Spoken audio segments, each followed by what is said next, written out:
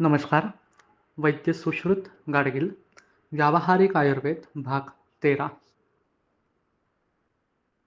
अब हम जो डेली नस्य करना है, प्रतिमर्श नस्य जिसे कहते हैं, वो किन-किन में करना चाहिए और किन-किन में करना नहीं चाहिए, कौन से व्यक्ति इसको अर्ह हैं और अनर्ह हैं, ये चीज़ें देखेंगे।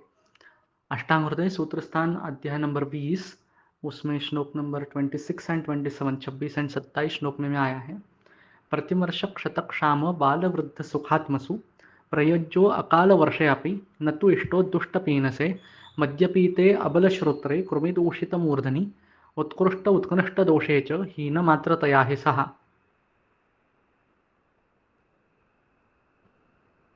प्रतिमर्श किन किन लोगों में करना चाहिए? तो अगर आप बाल है, वृद्ध है, सुखात्म है, आपको सब सुख प्राप्त है, मतलब 16 से लेकर या उससे भी पहले एक 12 साल से लेकर आप ये प्रतिमर्शन से कर सकते हैं। आपके एज के एंड तक, वृद्धावस्था तक आप ये कर सकते हैं।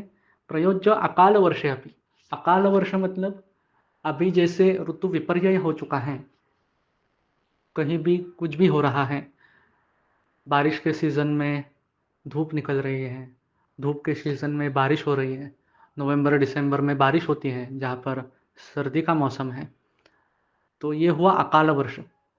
तो इसमें भी आप ये नस्य कर सकते हैं।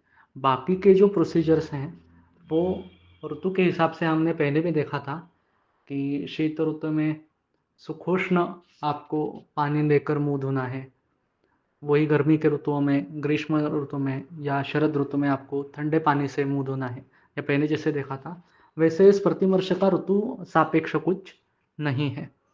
अब इससे आगे किन-किन में ये करना चाहिए, करना नहीं चाहिए, ये चीज़ें देखेंगे। तो दुष्ट पीनस नाम का एक व्याधि है, जिसको हम long standing cough and cold ऐसा बोल सकते हैं। अगर ऐसा आपको है, कई सालों से आपको सर्दी है, तो उसमें ये निषिद्ध है। ये होता क्या है, इसमें दोष जो है वो आपके जो नासा है, उसके यहाँ या अगल-बगल में मुँह मुँह के अंदर बहुत सारे भर जाते हैं और इसकी मात्रा जो है 4 बूंदी मात्रा आपको डालनी है। तो मात्रा कम होने के कारण ये इतनी सी मात्रा, ये जो लॉन्ग स्टैंडिंग कफ कोल्ड है उसको बाहर निकालने में सक्षम नहीं होती और वो दोषों का उत्कर्ष करती है। उत्कर्ष करती है मतलब उनको बढ़ाती है।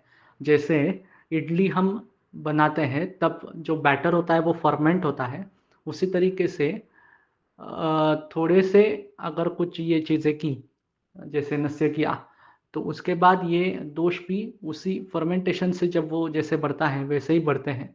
तो दोषों का उत्कर्ष यहाँ पर होता है, वो बढ़ते हैं और बाहर नहीं निकल पाते, तो ज़्यादा तकलीफ देते हैं, इसलिए नहीं करना है। मद्यपित, अभी-अभी आपने अगर मद्यपान किया हो, तो उसके बाद प्रतिमर्श नस्य नहीं कर सकते। अबल श्रोत्रे, अबल श्रोत्र मतलब आपके कानों में कोई ऑब्स्ट्रक्शन हो, जो अंदर कान का पार्ट होता है उसमें कुछ ऑब्स्ट्रक्शन हो, तो उसमें भी नहीं कर सकते। और कृमि दूषित मूर्धनि, अगर आपके मूर्धा में या शिरा में कृमि हो, कृमि मतलब एक्चुअल मैगेट्स जो रहते हैं, ये कई कारणों से हो सकते हैं। लॉन्ग स्टैंडिंग सर्दी से हो सकते हैं, कुछ कैंसरस चीज़ें हैं तो उनसे हो सकते हैं। अंदर अगर कुछ गांठ हुई और वो फूट गई तो उसके कारण भी हो सकते हैं। इन्फेक्शंस कुछ हुए तो उनके कारण भी हो सकते हैं। तो ऐसे अगर कृमि अंदर, मैगेट्स अंदर होते हैं, तो उसमें ये प्रतिमर्श जो है वो नहीं करना है। ज़ाहिर सी बात है, ये सारी चीज़ें जो हैं, ये अगर प्रतिमर्श करेंगे तो बढ़ जाएगी, एक चीज़। दूसरी चीज़, अगर ब्लॉकेज ही अंदर है तो वो अंदर जाएगा ही नहीं, उसका काम जो होना महत्वपूर्ण है वो होगा नहीं। तो इस तरीके से इन इन लोगों में प्रतिमर्श करना है और करना नहीं है। धन्यवाद।